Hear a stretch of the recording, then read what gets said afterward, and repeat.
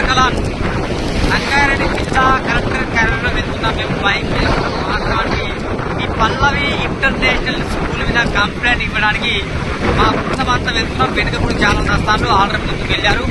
దాదాపు 12 మంది వెళ్ళి కంప్లైంట్ ఇస్తున్నాం. ఈ పల్లవి స్కూల్ ని సీజ్ చేయాలని మేము డిమాండ్ చేస్తాం. ఇస్తారా ఖచ్చితంగా ఈ వీడియో అందరికి షేర్ చేయండి. Thank you.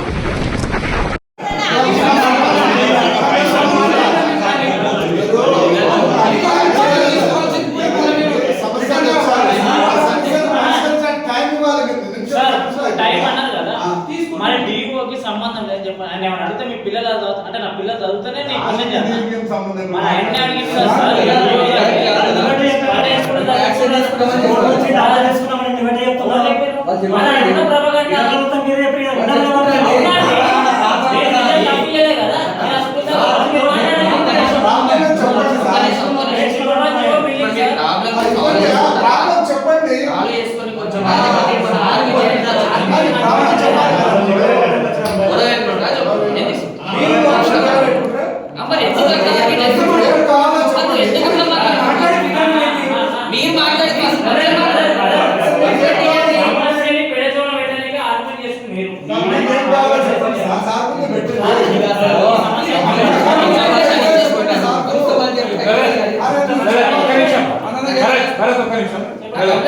నేను టీచర్స్ ఆర్గనైజేషన్ ప్రెసిడెంట్. మీరు ఏదైతే చెప్పాలనుకుంటున్నారు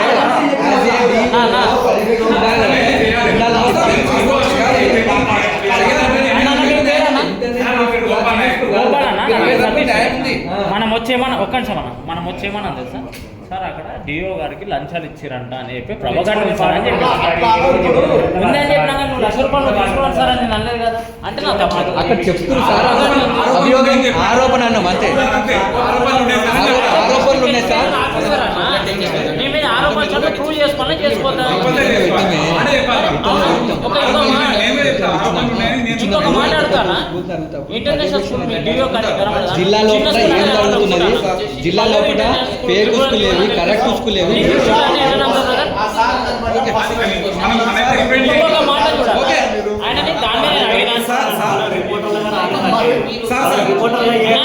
దీని మీద నేను అడిగితే నీ పిల్లలు చదువుతున్నా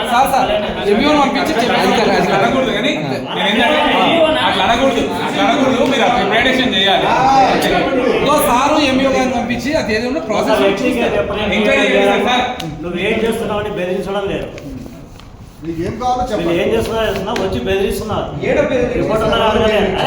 నువ్వు ఏం చేస్తున్నావు? నేను ఎప్పటిన్నారు అంటే మేము వచ్చామని నువ్వు మీటింగ్ క్యాన్సిల్ చేసుకోవాలా? ఎందుకు పెట్టుకున్నావు? సార్ ఇప్పుడు గోపాల్ అని ఉండు కదా, ఆయన మొదటి ఈరోజు ఆ సమస్య నేను చెప్తున్నా, మరి దీని పరిష్కారం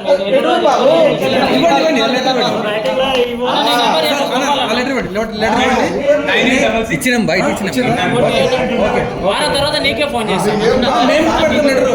మేము కూడా పెడతాము, అంటే మేము సంఘం కూడా పెడతాం. మీరు పెట్టండి, సార్ ఇస్తాడు.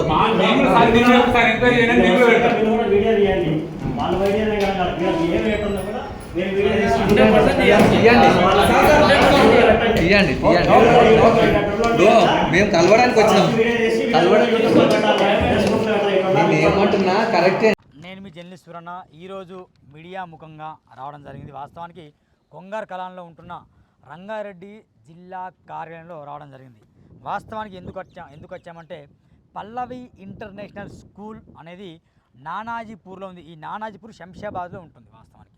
అయితే ఈ 111 జీవోలో నిర్మాణం అవుతున్న school Pallavi international school already ground ఫ్లోర్కే పర్మిషన్ ఉంది, 2 ఫ్లోర్ పర్మిషన్ లేదని చెప్పింది ఎవరు పంచాయత్ సెక్రటరీ జ్యోత్స్న. ఆమెతో మాట్లాడితే ఆమె క్లియర్గా ఏం చెప్పింది అంటే రండి మాట్లాడుకోండి అని ఆమె చెప్పింది. ఇట్లా అయిపోయింది కథ, అక్కడితో అయిపోయింది. అయితే 5 రోజుల తర్వాత మళ్ళీ ఏమైనా చర్యలు తీసుకుంటారా అని మేము ఆలోచిస్తే ఏం చర్యలు తీసుకోలేదు. కాబట్టి మేము వార్తల్లో ప్రచురించిన వార్తా పేపర్ అన్నీ పట్టుకొని వచ్చాం. ఇది చూడండి, ఇది ఒక పత్రిక ప్రజా ప్రశ్నలో వచ్చింది. జీవో 111 నిబంధనలు చెత్తబుట్టలో కానీ ఫిర్యాదు ఇచ్చినాం. ఎంఆర్ఓ వరకు 111 జీవో చర్య లేవు. జనశక్తి పేపర్లో వచ్చింది వార్త, చర్య లేవు. ఇది మెదక్ టుడే పేపర్లో వచ్చింది, చర్య లేదు. ఇది నేటి దర్శిని పేపర్లో వచ్చింది, ఇది 95 న్యూస్లో వచ్చింది. ఇది మళ్ళీ ఈ చెప్పుకుంటూ వెళ్తే ఇది మళ్ళీ ఇదే పేపరు స్ఫూర్తి పేపర్లో వచ్చింది. ఇలా చెప్పుకుంటూ వెళ్తే ఈ ఫైల్ దాదాపు ఒక 15 పేపర్లు ఉన్నాయి. ఎన్ని పత్రికల్లో వార్తలు వచ్చినా కూడా ఇక్కడ సంచలనమైన విషయం ఏంటంటే అసలు స్కూలు ఉన్నదో లేదో డిస్ట్రిక్ట్ ఎడ్యుకేషన్ ఆఫీసర్కు తెలియదట. ఏం చెప్పాలి ఫైన్ మాట్లాడి. నమస్కారం ప్రజలారా. విషయం ఏంటంటే ఈరోజు రంగారెడ్డి జిల్లా కలెక్టరేట్ రావడం జరిగింది. డిఓ గారు అజ్ఞానంతో అంటారో తెలివెక్కువ అంటారో తెలుస్తలేదు, కానీ పల్లవి ఇంటర్నేషనల్ స్కూల్ నాకు సంబంధం లేదంటుండు.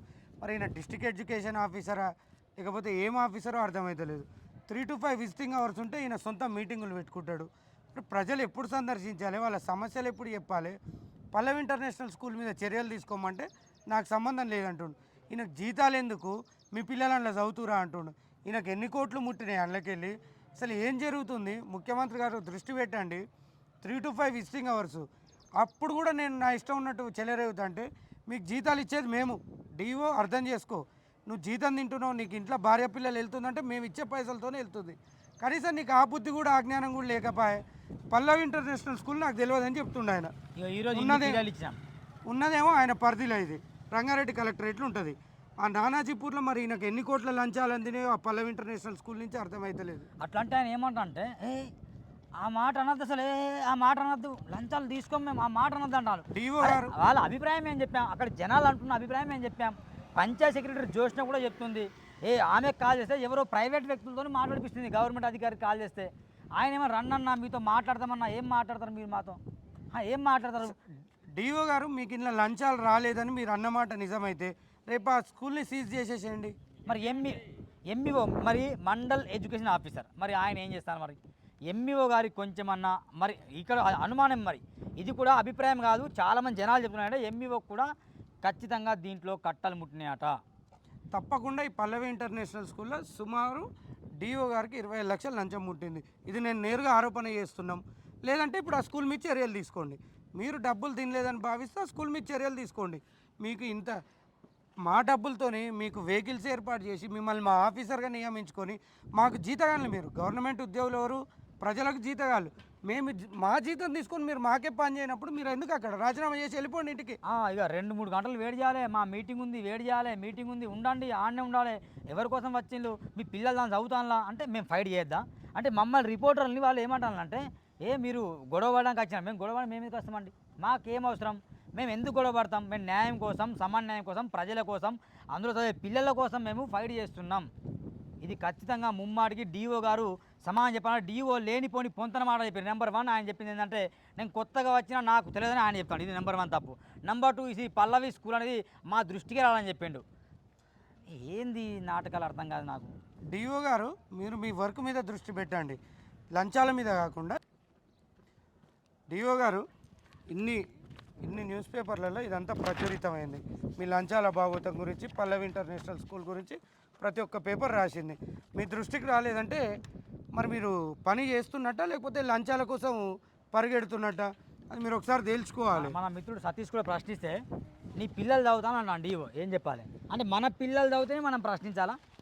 ఈ తెలంగాణ రాష్ట్రంలో ఉన్న ప్రజలందరూ మా పిల్లలని భావిస్తాం. మేము పుస్తకాల దంద నడుస్తుంది, యూనిఫామ్ల దంద నడుస్తుంది, ఇల్లీగల్ స్కూల్ నడుస్తున్నాయి, పర్మిషన్ లేకుండా నడుస్తున్నాయి, ఫైర్ సేఫ్టీ లేదు, జిఎస్ఎంసీ ఎన్ఓసీ లేదు, ఏం లేదు స్కూళ్ళకు.